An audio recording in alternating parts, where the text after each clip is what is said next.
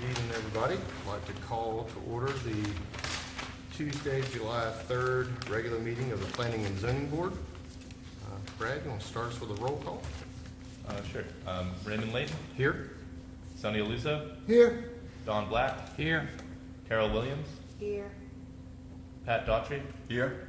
Jeffrey Majette. Here. We have a quorum. Okay, thank you. Our first item of business is approval of previous minutes. Did everybody get a chance to review the minutes from our May meeting? Brad, I have a question on these. Sure. At several of the proposals and acceptance, the proposals were adopted unanimously 7-0 and then 8-0. Is that one? Somebody was late. Okay. So the first vote had... First one, Hiram is the first one, I think. Okay. Okay. Any other questions, revisions? Okay, hearing none, I'll entertain a motion to approve minutes. I'd like to introduce a motion to approve the minutes, approval of the minutes of the previous meeting. Okay, so we have a motion. Do we have a second? I'll second that. All right, we have a motion and a second. Any further discussion? Hearing none. All those in favor signify by saying aye. Aye. Any opposed? Motion carries. Minutes are approved.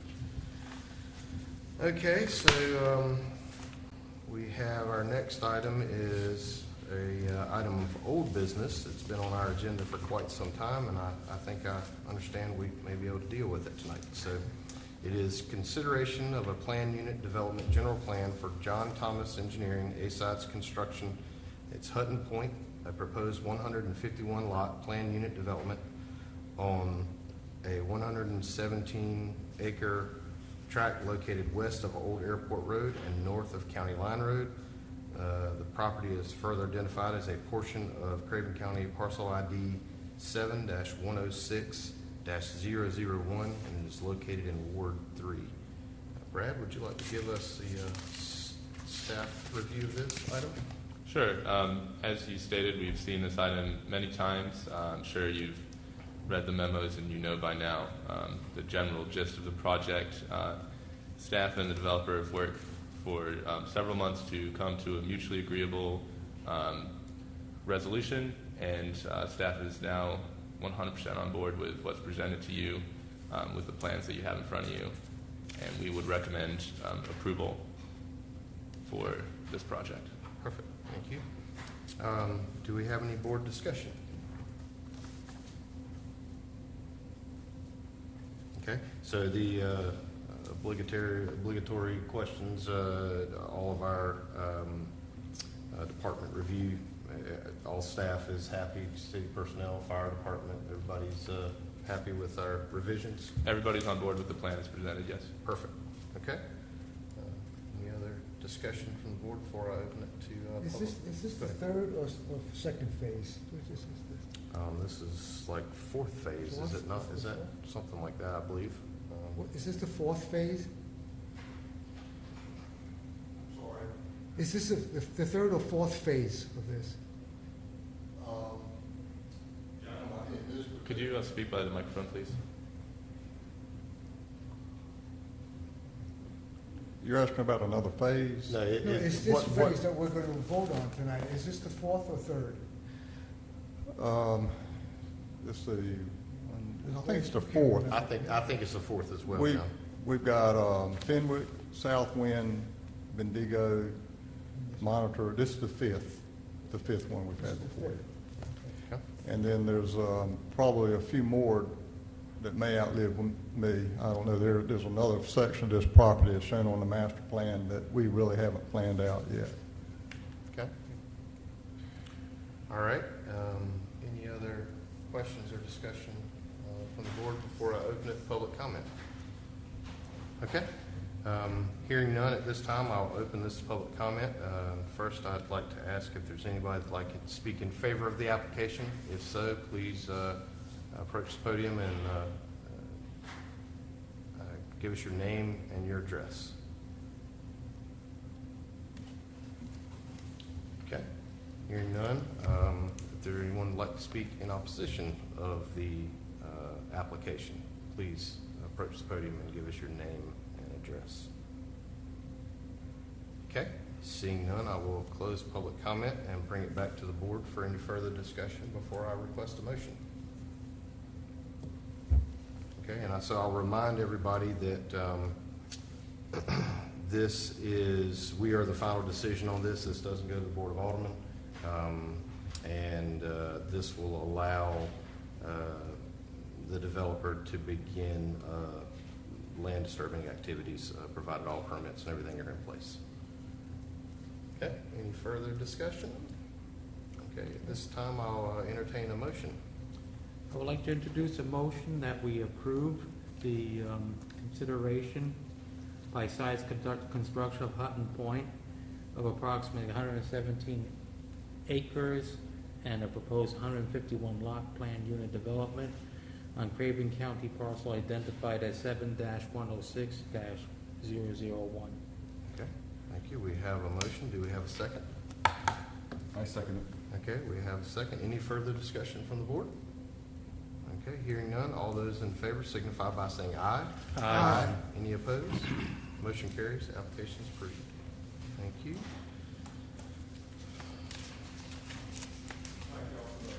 Thank you, John. Okay. Moving on to new business, our next item is consideration of a request by the City of New Bern to amend sections 15-328, 15-329, and 15-331 of the City of New Bern Land Use Ordinance, freestanding sign surface area, number of freestanding signs, and location and height requirements of freestanding signs. So, Brad, would you like to give us a review of what these amendments are? Sure. So the purpose of these amendments are to enable large multi-tenant developments to be able to have sufficient signage to advertise the various tenants inside of their developments. If you'll notice, for some of the extremely large developments around town, the amount of sign real estate relative to the size of the development is just looks a little silly. It's pretty small. It's kind of hard to tell exactly what's in the development. And so what we've done here is we've proposed to introduce new regulations specifically aimed at commercial developments over 100,000 square feet. So the current maximum sign allowance is 100 square feet for a freestanding sign. That's not the sign on the wall or anything like that. That's just the big sign you see out front of the building. And that applies on like the basis of how much frontage you have along the road in front of your development. And so what we're proposing to do is that if you are in excess of 100,000 square feet, you'll be allotted 160 square feet for signage. And if you are in excess of 250,000 square feet, in terms of building space, then you will be allotted 200 square feet of freestanding signage. And these three sections were the sections that need to be changed for that. We've also increased the total height allowance for specifically these types of signs, not signs in general, just these specific types of signs, because the typical pattern for these signs is vertical, and so in order to let them utilize the new sign allowance properly, we've increased it to 20 from 20 to 30 feet total height for these types of signs specifically. And we believe that this will facilitate commercial development in our corridors. Okay. Thank you, Brad. Have any board discussion on this particular request? I have a question. Was this request made by any businesses specifically, or just something that the city figured it needed to give more exposure to certain businesses? This wasn't a specific request. It was just our director driving around town. He was looking at some of the signs, and he was like, he personally had the thought that we should expand the signage allowance for some of these larger developments where it just doesn't, the size of the sign and the size of the development are just out of whack. Not proportional. Yeah. Can you give me an example? Do you know of one? A good example is the new New Bern Marketplace. If you see it, They have a lot of tenants there, and the sign right out front on 17. Yeah. It's that some of them are you know, like Yeah. that. You won't be able to see them unless you're Okay. turning into the development anyway. That kind of defeats the point of having the sign. Okay. And we want more developments of that nature in the area, so we figured this would be a good move to facilitate that in the future. For people like me that can't see the small signs when they're approaching too. Yeah. That's right. Okay, thank you. Okay, any other discussion? I had some concerns maybe concerning the aspect ratio of the signs, but after discussing with both Mr. McCoy and Brad, I don't think that's an issue. I saw your correspondence, and I appreciated you bringing that up. Okay, any other discussion? Okay, deep thought. Again, is 30 feet the actual sign or the height, the top of the sign? It's the height limit, It's the top of the sign. the apex of the sign. So that's whether it's a sign for one business, two businesses, whatever. Yeah. That's the total height of the sign, the total square footage allowed. So think about New Bern Marketplace where they have multiple stores. They'll have smaller signs on there depending on the size of the store. And so this is just increasing that square footage and increasing the overall height. Yeah, it's actually the top of the sign can't exceed 30 feet. It's not that the sign itself is going to be 30 feet tall. Before that, it was 20 feet. Right. Correct, yes. How did the Outback sign get put up? It's out of the ETJ. It was built, they built the sign prior to being in the ETJ. The Outback building itself is in the city's extraterritorial jurisdiction, and that wasn't the case when they built the Okay. sign. Right. So they're grandfathered in until they try and make a change, and then I'll Well, get in them. fact, the drawback is they never have enough, they never have their letters all working at the same time. Yeah. Yeah, that's They do that to save money, I think. an issue for Power Outback up. No Corporate. doubt, no doubt. Okay, any other discussion of the board? Okay, hearing none, at this time I'll open this item up for public comment. Again, I'd ask anybody that would like to speak in favor of the request or the application to please step to the podium and clearly state your name and address. Okay, seeing none, at this time I'll ask anyone who'd like to speak against the request. Please come forward to the podium and clearly state your name and address. Okay, seeing none, I'll bring it back to the board, close the public comment. Do we have any further discussion before I request a motion? And I'll remind you that this goes before the Board of Aldermen, so we are making a recommendation in this case. And so please phrase your motion in that way. I would like to introduce a motion to recommend approval to the Board of Aldermen to the adoption of changes in sections 15-328, 15-329, 15-331 of the City of New Bern Land Use Ordinance. Okay? We have a motion. Do we have a second? I'll second that. All right. Have a motion and a second. Any further discussion? Okay. Hearing none at this time. All those in favor of the motion signify by saying aye. Aye. Any opposed? All right. The motion carries. That'll go before the Alderman at a meeting in the future. Okay. Our next item of new business is consideration of a request by the City of New Bern to amend sections 15-15, 15-146, and 15-342 of the City of New Bern Land Use Ordinance, and this is for basic definitions and interpretations, a table of permissible uses, and number of parking spaces required. Brad, would you like to give us a staff review of this one? Sure. The purpose of these ordinance amendments are to introduce standards for marinas in the city. Currently, the city has no land use regulations specifically directed towards marinas. We don't have standards for them. Over the last several years, we've received 3 or 4 different inquiries from different people proposing marinas or asking what the standards are for marinas, and we've actually been referring them to the standards for stables, because when we don't have a use code, we have to use our closest approximation and stables just happen to be the closest approximation we have for standards to a marina, which is a little silly. And so for a while now, staff has had it on our minds to introduce actual standards for marina development in the city so that citizens can know what their neighbors are entitled to do, which is a little ambiguous right now, and developers can know what they're able to do and make decisions accordingly. The standards that we're introducing here, they're kind of, what we did is we went around to a lot of local municipalities like Wilmington, Morehead City, this sort of thing, looked at the standards that they were using and tried to adopt something that was reasonably in line in terms of parking requirements and et cetera with what other communities have experienced success with. So what we're doing with this is we're introducing a couple of concepts. The first concept is a dock, and the dock can be either commercial or residential. And so a residential dock is just a dock someone would have at their home. It's not able to be rented out. It's got a maximum of 4 slips on it. And then likewise, a commercial dock would have a maximum of 4 slips and it would be associated with a business. For instance, there's the docks right up next to Persimmons, where you can just park your boat there and hang out for a little bit, utilize the business, and then leave.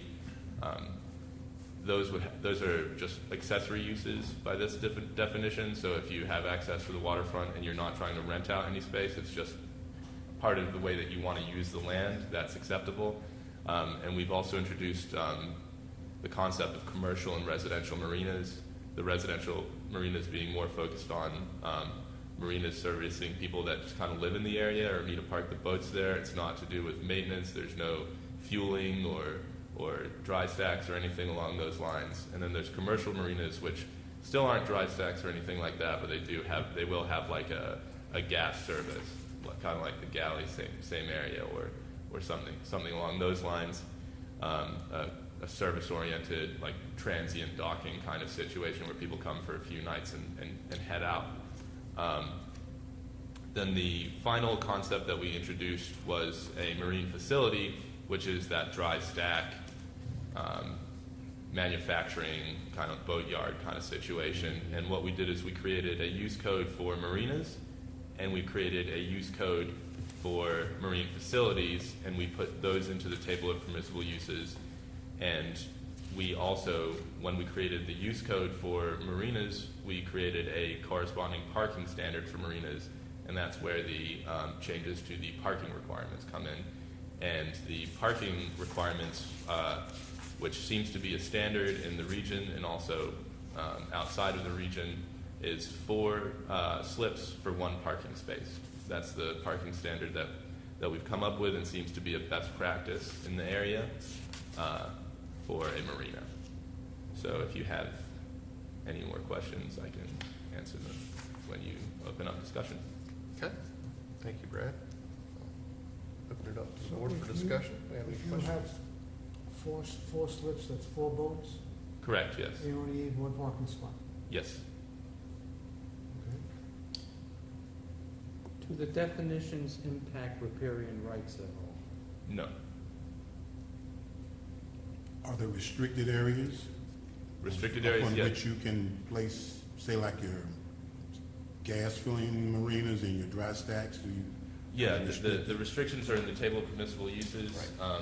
So the use code 6.270 is the proposed use code for marinas, and you'll see that they're allowed in most places in the city. However, the majority of them require a special use permit. So the special use permit, any residential district, it requires a special use permit, and that's where you'll see concerns about any sort of gas facility, refueling or maintenance or whatever. It'll be addressed there, and they'll be forced to have adequate screening or adequate some form of mitigation to any sort of adverse impact it might have on a neighborhood. Okay. Yeah, so what is the distinction? I know Brad went through a lot of different points here, but the good distinction to remember is the difference between, at least as been described here, a dock and a marina. A dock, whether it be commercial or residential, is no more than 4 slips. and those are both considered accessory uses, so they don't have their own category in the table of permissible uses. If you have a house and you're wanting a dock with 2 slips, that's considered an accessory use, and so, you know, there are no parking requirements, none of that sort of stuff. It's just part of your residence. So. But I'm still confused about the parking. If it's a commercial area, Mhm. shouldn't you have at least one slip, or one place to park for each slip? I mean, it's going to be 4 separate boats. No, sir. Typically, not everybody is engaged in using the marina at one time, and we called around to municipalities who also use the standard, Morehead City being one, and they said that their parking is more than sufficient for the use that they find with their marinas. Yes, I think the other way to think about it is well, yeah, but that's always the case. But the other way to think about it is that, you know, if it's somebody may be living on their boat, if that's the case, they may not need a parking space. So, you know, there's some of that give and take going on, and so the ratio that seems to work is 4 to 1. It is the standard in the region, and it seems to work quite well for the communities that have adopted it. Okay. Okay. Mr. Daughtry? I've been sailing for quite a few decades now, as my gray hair shows. But I've always never seen a marina that I've stayed at 250 boats, 350 boats, with even 1 slip or 4 boats, and they're never full. It's really amazing. Yeah, Often parking, no, never one have parking a spot, spot yeah. not filled up. The boatyards I've been with 100 boats, hardly any slips at parking. It's a free for all. You always find a place to park. Because we never use the boat at the same time, even on 4th of July. You know, Yeah. It's pretty amazing. Wouldn't seem that. Yeah. All That's right. the way it is. Okay, I'll take your word for it. I don't. Yeah, we called around staff as well. We didn't just look at the regulations. We called around and checked with the local staff, and they've never had any complaints about insufficient parking in their marinas or anything like that. So Okay. we feel pretty good about this standard being more than adequate. Any other discussion before I open to public comment? Okay. At this time, I will open this request up for public comment. Again, I'd ask anybody speaking in favor of the request, please step to the podium and clearly state your name and address. Okay, seeing none, at this time I'll ask anyone who'd like to speak against the request, please step to the podium and clearly state your name and address. Okay, seeing none, I'll close the public comment and bring it back to the board for any further discussion before I request a motion. Any further discussion? Okay, again, I'll remind you that we are making a recommendation to the Board of Aldermen, so please phrase your motion as such. So at this time, I'll entertain any motions. I would like to introduce a motion for the Board of Aldermen to approve the proposed amendments to the sections 15.5, 15-146, 15-342 to the City of New Bern Land Use Ordinance, which includes the basic definitions, interpretations, table of permissible uses, and number of parking spaces required to it. Excuse me, did you say 15.5 or 15-15? 15-15. Okay, thank you. Okay. I'll second that. All right, we have a second. Any further discussion? Okay, hearing none, at this time we'll take a vote. All those in favor signify by saying aye. Aye. Any opposed? Okay, motion carries. The request goes to the Board of Aldermen at a future meeting. Okay, I think that takes care of all of our new business. Before I request a motion to adjourn, would anyone like to, this is our time for anybody to speak that would like to speak. Okay.